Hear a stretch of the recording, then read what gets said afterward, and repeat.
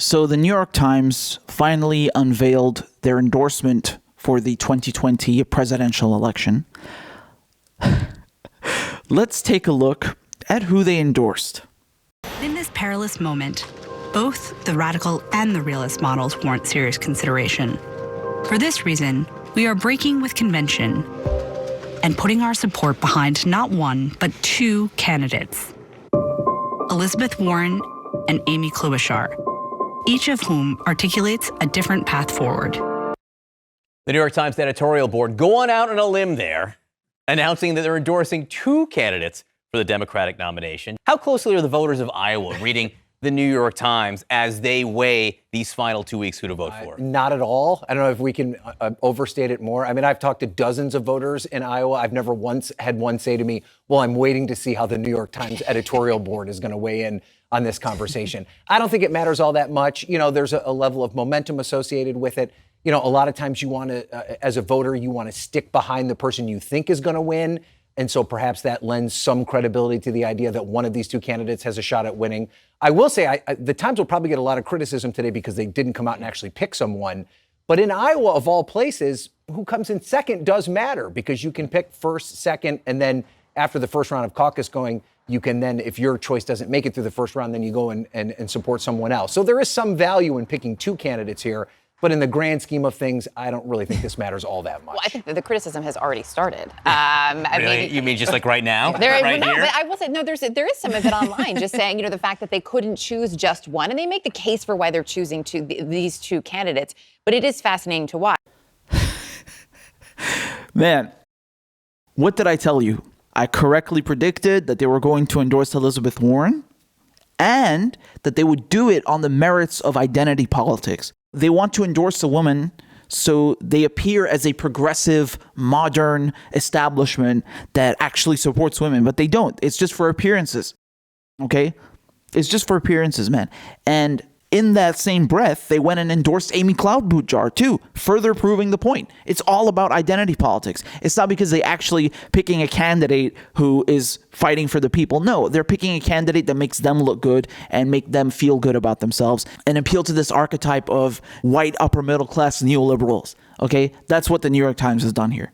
And it's really funny because even the guy they brought onto the set on CNN is saying like, no one reads the New York Times or cares what they have to say or who they're endorsing. Yes, exactly.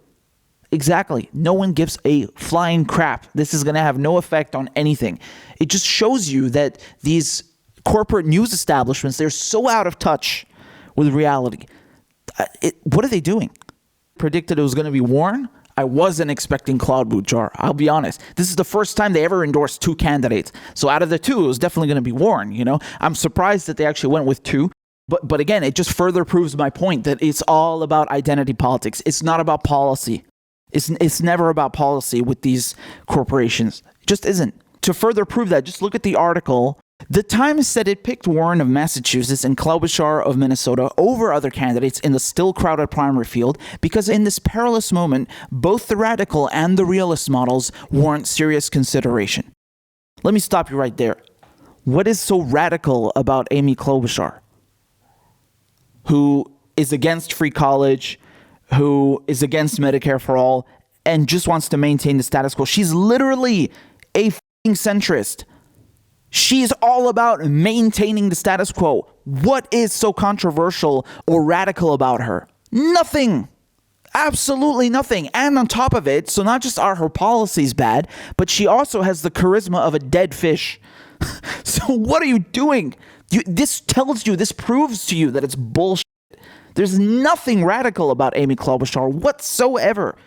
I mean, the only radical thing about her is she's an honest centrist, okay? That's it. She's honest about being a lame status quo figure who just wants to maintain the establishment as things are. No free college, no canceling college debt, no canceling medical debt, no Medicare for all, nothing. I don't even know what the hell she's running on.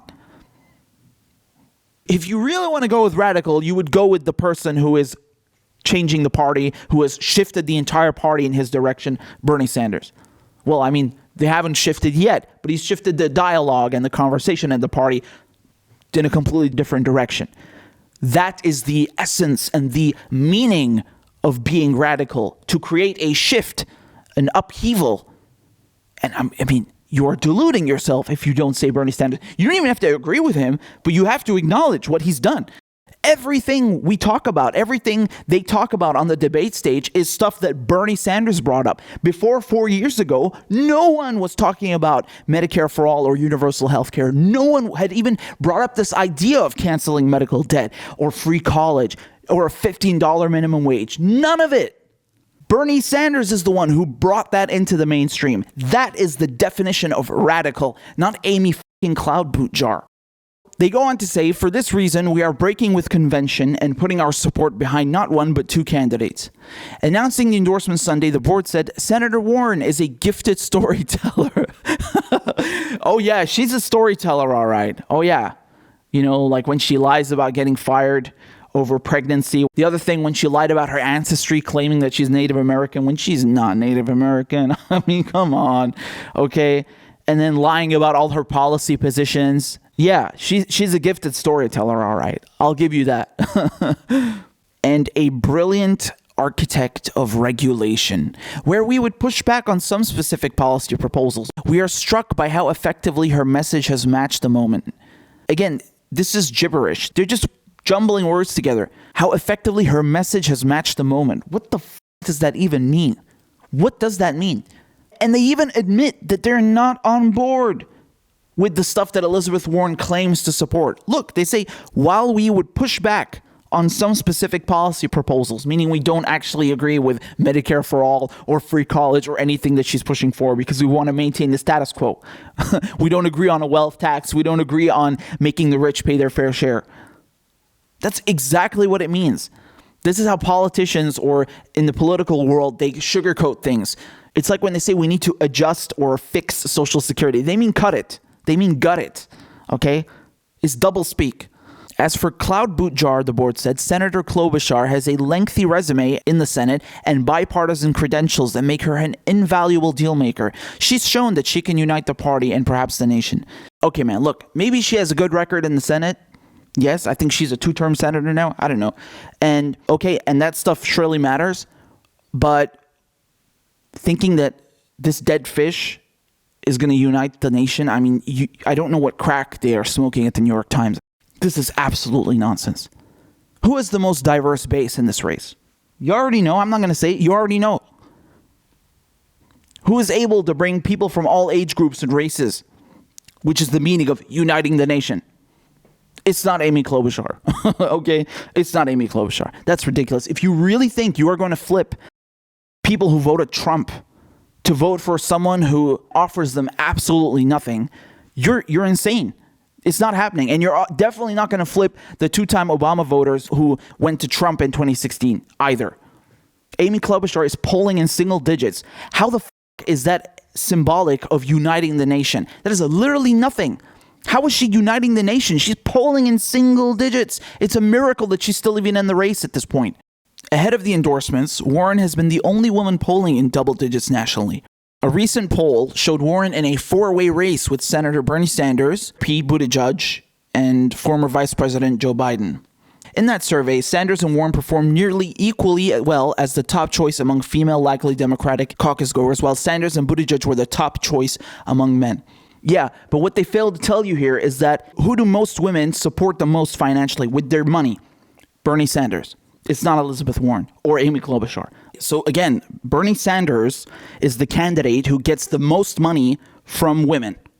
They donate the most to him. But they're not telling you that in the article because it makes the reality on the ground makes them look bad. Klobuchar trailed Biden with 6% support. So again, they're saying what I just said. Amy Klobuchar is polling in single digits. And we're 2 weeks away from the first primary. We are basically in primary season now, okay? We are on the verge of it. If you're polling at 6%, that's not looking good, man. Yeah, if you look at 2016, 2015, Bernie Sanders was also polling in single digits at the beginning. But already a few months in, and this is way before the primaries even started, he was already neck and neck with Hillary Clinton. You'd have polls coming out where he was beating her, okay? He was number one. Or it would be 49 and 51%. It was neck and neck. And the same thing in the actual votes, all right? He got 23 of the states. That is someone who is an actual contender. But if you're polling at 6% when the primaries are about to start, I'm sorry, but I don't know what. This shows you how meaningless this endorsement is. It's so disconnected from reality. It's just about identity politics and playing the, we're so progressive and modern, we care about women. But actually, they don't. They're just using that to make themselves look good. If they actually cared about women, they wouldn't do that for their own personal gain. That's ridiculous. Why would you endorse a candidate based on their identity? You should endorse them based on policy, their actual policy and who that benefits. I'm telling you this myself as a brown Arab dude, okay? So again, this endorsement, completely meaningless, and unfortunately, I was very correct with my prediction. I mean, in both things. Again, like they would pick Warren and also do the identity politics thing because, look at this reasoning that they gave. It's moronic. But I'm excited to watch the interviews. It's very telling and informative. I mean, I already know where these candidates stand, but it's still good nonetheless. The ones I'm definitely going to watch, Bernie Sanders, I can bet you there's a lot of good stuff there because they had only released a 1-minute clip, and I had a lot to say about that 2 days ago. So I can't wait to see what he said in his interview. Oh, and by the way, the one with Pete Buttigieg, he got very offended. I saw a clip of that. He got very, very offended. So we're definitely going to be commenting on that one when it comes out. But yeah, this endorsement, bunch of garbage, meaningless. And the guy on CNN said it himself. No one even cares. This shows you again how disconnected the mainstream media is from people on the ground. You remember the day of the election in 2016, the New York Times on their front page gave Hillary Clinton an 85% chance of winning. You remember that fumble? The New York Times did that. 85% chance for Hillary Clinton. That shows you how disconnected they are from reality. Bunch of garbage.